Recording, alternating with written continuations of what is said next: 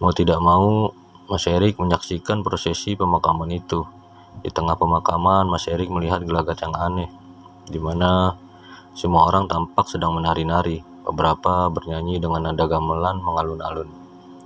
Yang lebih membuat Mas Erik tidak bisa mengerti adalah si bocah dikubur dengan mata masih terbuka lebar. Gue gak bisa bedain antara mau ketawa atau menahan ngeri mendengar cerita Mas Erik. Gimana sih maksudnya? Itu anak sudah mati atau belum sebenarnya? Mas Erik masih diam lama. Kemudian Mas Damar memotong cerita Mas Erik. Hening, sepi, sunyi. Setidaknya itulah yang dirasakan Mas Damar.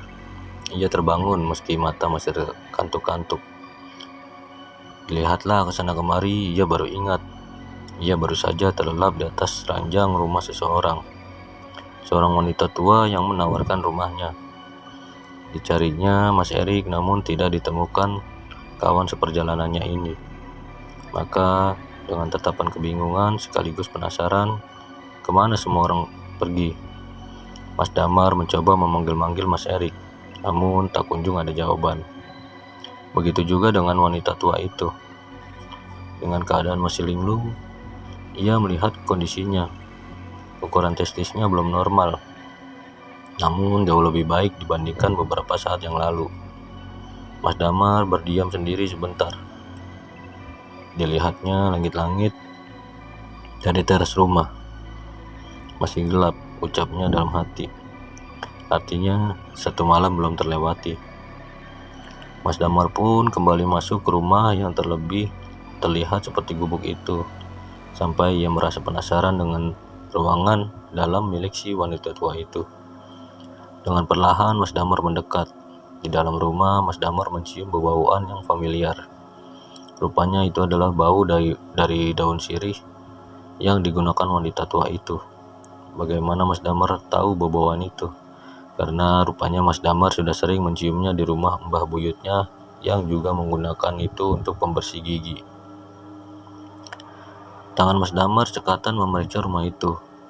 Meski tidak sopan, rasa penasaran Mas Damar begitu besar. Matanya sibuk mengawasi ini itu, sampai pandangannya menangkap sebuah kotak dengan ukuran Majapahla, sebuah ukiran khas Jawa. Mas Damar pun mendekat. Pelan-pelan, rupanya kotak itu tidak dikunci. Dengan leluasa, Mas Damar pun mengangkatnya. Namun, perasaan Mas Damar mendadak tidak enak. Bauan yang awalnya didominasi bau-bauan daun sirih, tiba-tiba lenyap begitu saja.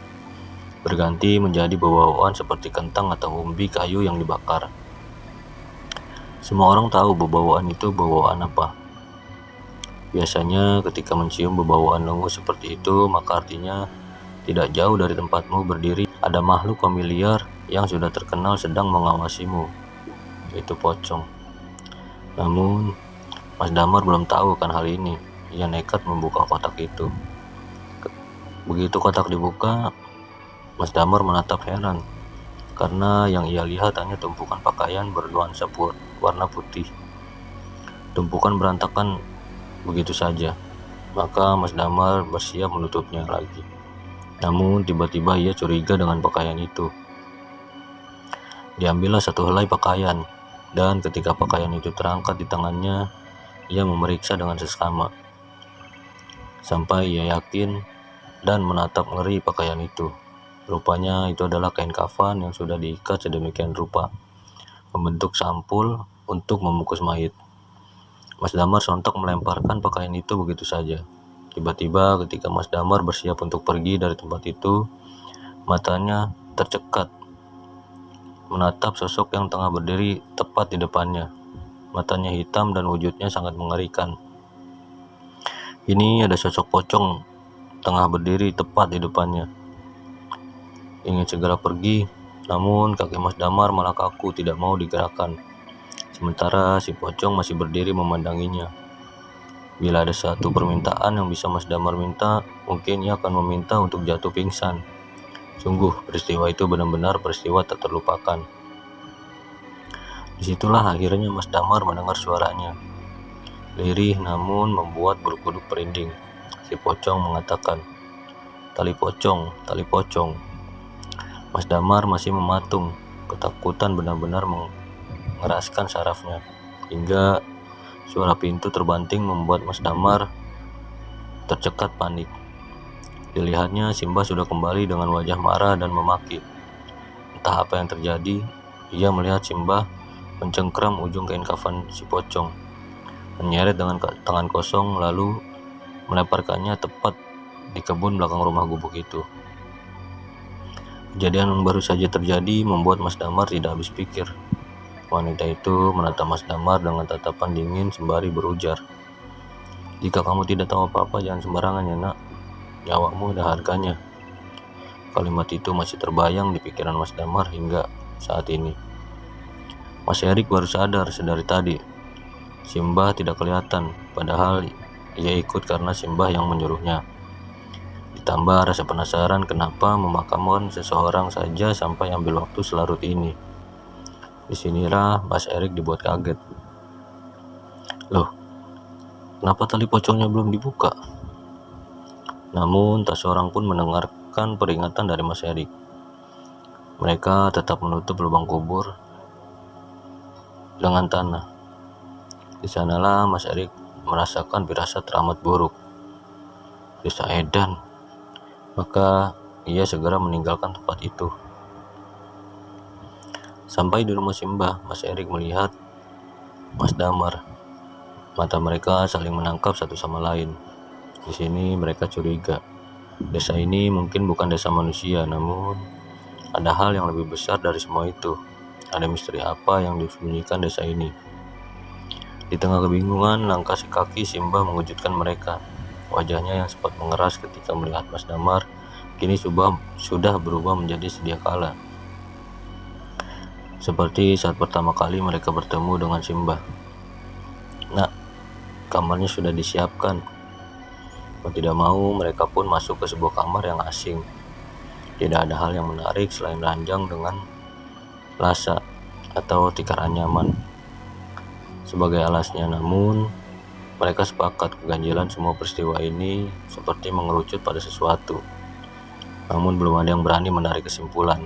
Sampai di tengah keheningan, ketika mereka sudah saling merebahkan tubuh untuk sekedar membuang lelah, terdengar suara yang tidak asing lagi di telinga mereka.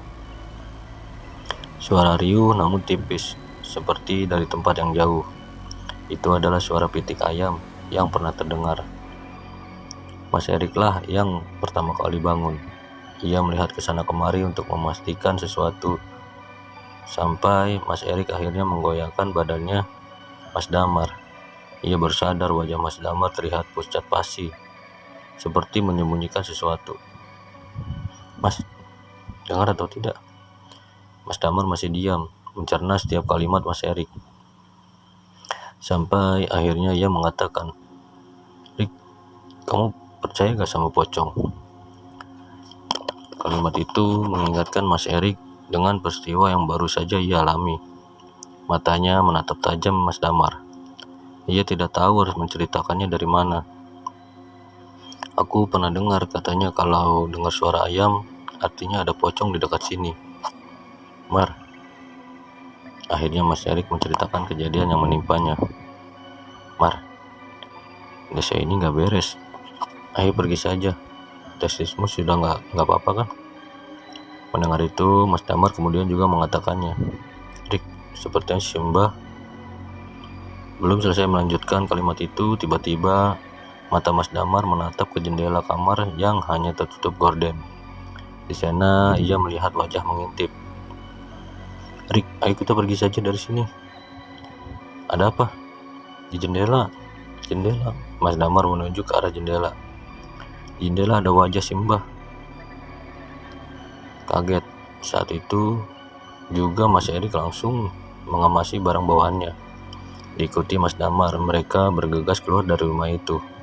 Namun baru saja membuka pintu kamar, di depannya Simbah berdiri. Wajahnya menatap Mas Damar dan Mas Erik bergantian. "Mau kemana nak?" Mas Damarlah yang pertama maju. "Mbah, mohon maaf kami mau pulang." "Pulang kemana?" "Ke rumah saya sendiri mbah."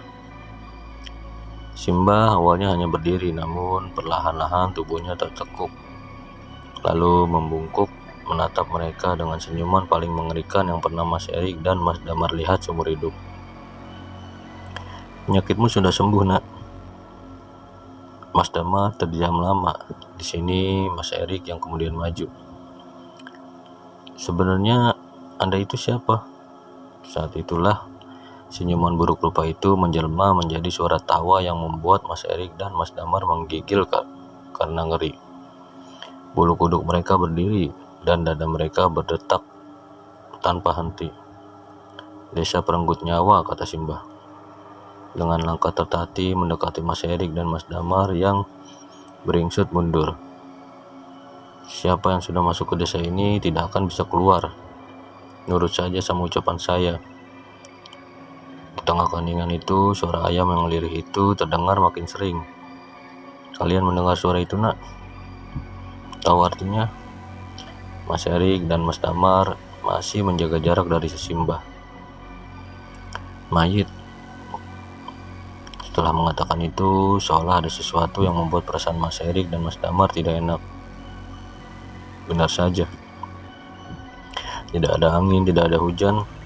Tiba-tiba terdengar suara pintu dibanting dengan sangat keras. Masalahnya adalah setelah suara bantingan itu, gubuk yang terbuat dari bambu itu serempak terdengar suara gebrakan di semua sisi. Simbah tertawa semakin keras. Nyali Mas Erik dan Mas Damar benar-benar dipaksa sampai ke titik frustasi, karena tidak ada yang bisa ia lakukan. Seolah-olah kejadian ini hanya mimpi belaka. Suara-suara itu mengisyaratkan satu hal, di sekeliling rumah pasti ada sesuatu. Simbah yang awalnya hanya membungkuk, kemudian mulai terjatuh, terjerembab di atas tanah, dengan mata mendelik, melotot ke arah Mas Erik dan Mas Damar. Simbah mulai merangkak. Kedua kaki Simbah seperti lumpuh. Ia merangkak hanya menggunakan tangannya, dengan bibir yang komat-kamit. Entah apa yang diucapkannya. Simbah terus mendekat. Mas Damar sudah mulai melantunkan doa, meminta agar siapapun bisa menolongnya. Mas Erik hanya terdiam sambil meracau. Setelah itu tercium aroma familiar yang seolah menyadarkan Mas Erik dan Mas Damar. Aroma itu adalah aroma sembujo. Aroma itu semakin menyengat. Suara Rama yang sedari tadi menciutkan nyali Mas Erik dan Mas Damar perlahan sirna. Di belakang ada pintu, teriak Mas Damar. Mereka bergegas lari dan Simbah masih berusaha mengejar. Dilihatnya kotak yang Mas Damar lihat tadi, namun segera ia tepis. Pikiran-pikiran yang masih menyimpan tanda tanya. Apa maksudnya dari kain kafan itu? Yang ia lihat pertama dari halaman belakang rumah adalah terpetak-petak tanaman singkong. Aroma sembujo masih tercium menyengat. Anehnya hanya Mas Erik yang menciumnya. Ikut aku, Mar. Entah terjepit atau apa, Mas Erik merasa aroma ini seperti memberinya jalan. Benar saja, langkah mereka perlahan menuju ke tanah hutan. Pepohonan yang sedari tadi menjadi penanda perjalanan mereka, ini mulai mereka telusuri. Mas Erik meyakinkan Mas Damar, desa itu dihuni oleh mayit. Pertanyaannya adalah, kenapa mayat harus dikuburkan lagi? Kain kafan, Rick. Apa ada hubungannya ya? Mas Erik terlihat bingung. Di kotak yang ada di dapur ada banyak kain kafan. Mas Erik dan Mas Damar masih berpikir sampai ia baru sadar. Di tempat mereka berdiri, mereka tidak sendirian lagi. Dari balik pohon banyak sepasang mata yang mengawasi, dan setelah diperhatikan lagi, itu adalah sosok pocong. Tidak hanya satu pocong, namun hampir ada puluhan pocong. Mas Damar dan Mas Erik terdiam mematung sendiri-sendiri. Mas Damarlah yang mendengar suara-suara mereka. Tali pocong. Dengar atau tidak, Rik? Dengar apa? Tali pocong. Setelah mereka mendengar itu, Mas Erik baru paham.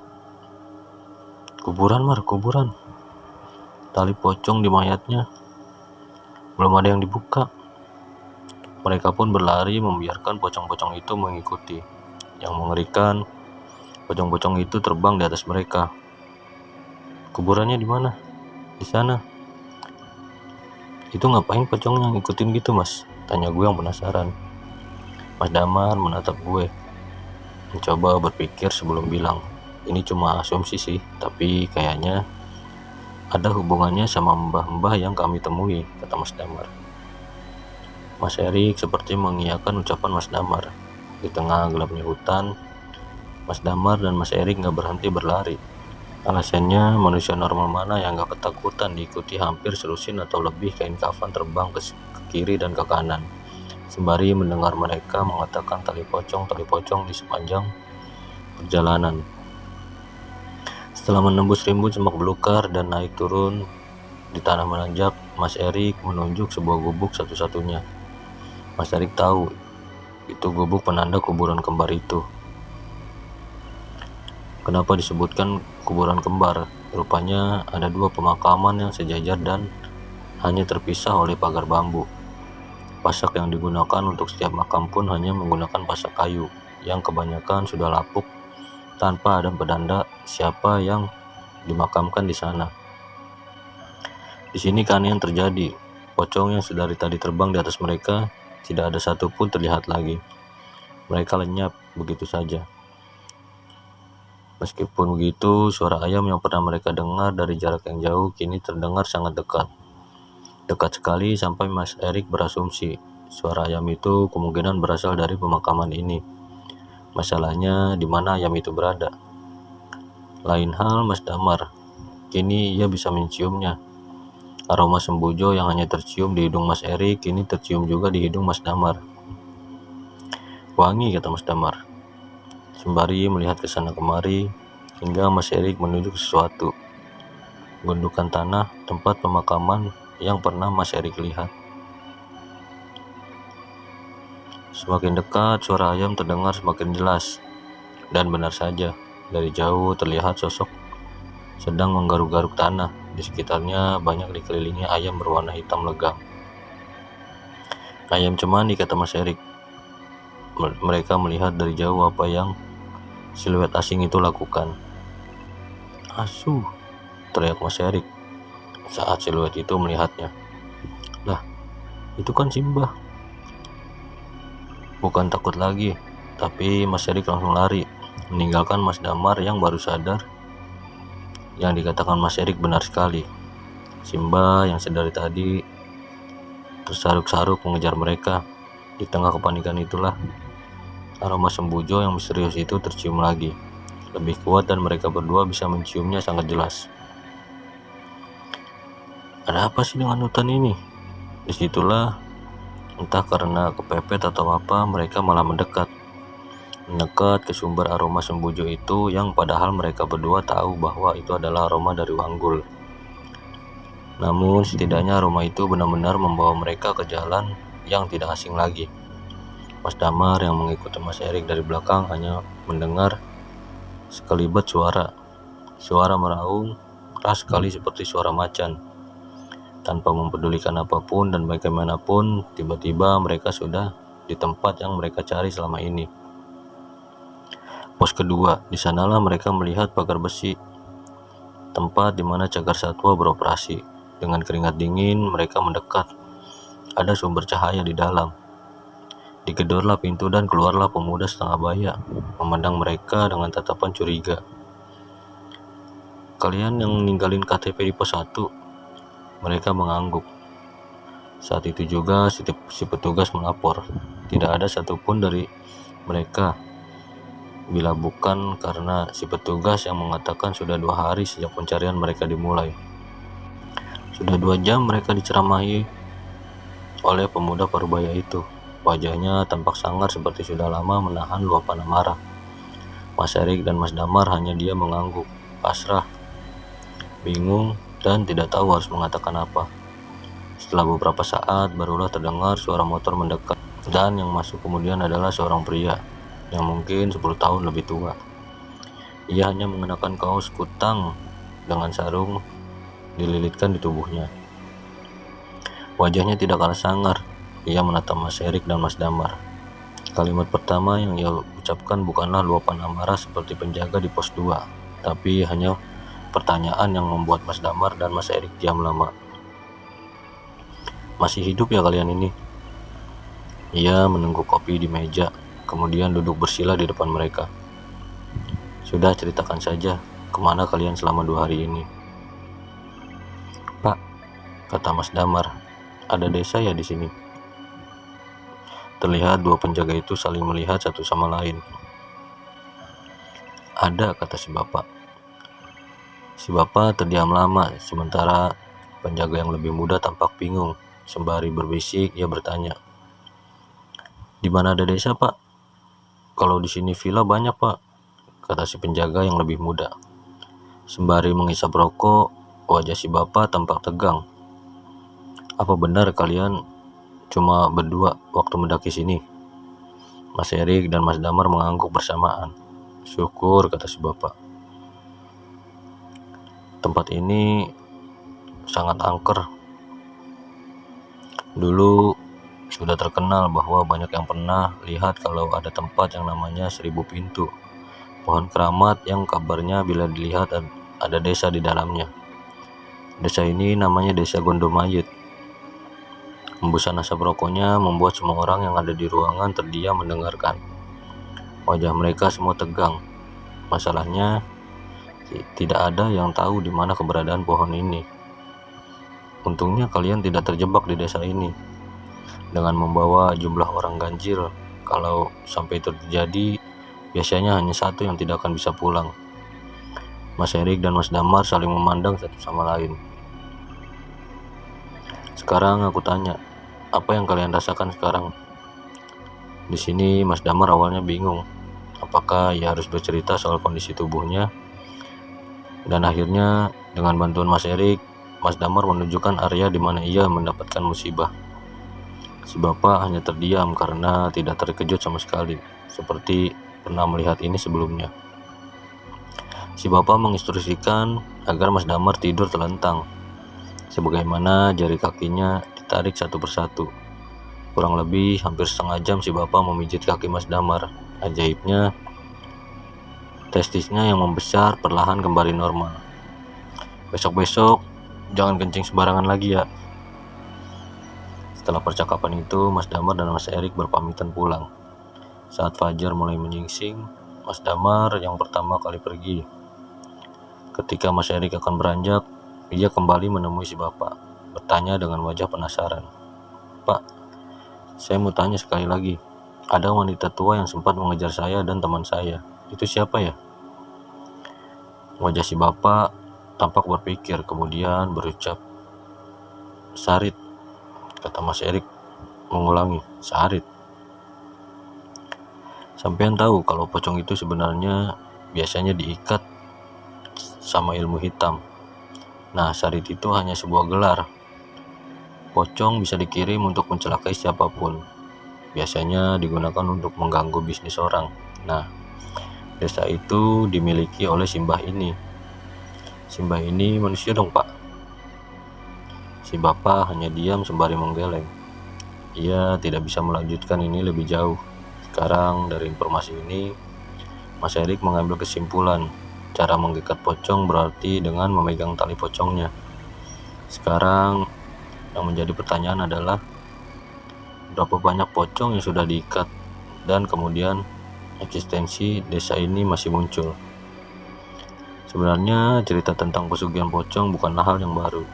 Banyak cerita tentang pesugihan pocong, mulai dari sebagian penglaris makanan hingga pembawa bala atau sial bagi keluarga yang tidak suka apapun itu. Mungkin ujung dari cerita ini berhubungan satu sama lain dengan desa ini. Yang menjadi poin penting di sini adalah, jauh di luar akal sehat ini, memang hal-hal gaib kerap kali menyembunyikan misterinya sendiri. Malam itu, setelah selesai mendengar cerita itu, satu yang gue pelajari, pengalaman yang menimpa mereka benar-benar buat gue harus senantiasa waspada dimanapun kita berada. Ibarat pepatah, di mana bumi dipijak, di situ langit dijunjung. Lain kali gue share pengalaman gue yang lain. bisa pengalaman gue atau pengalaman teman-teman gue. Akhir kata gue mau pamit, senang bisa berbagi cerita dengan kalian. Mohon maaf apabila ada salah-salah kata dalam pengucapan. Terima kasih yang sudah mendengarkan. Sampai jumpa di cerita berikutnya. Wassalamualaikum.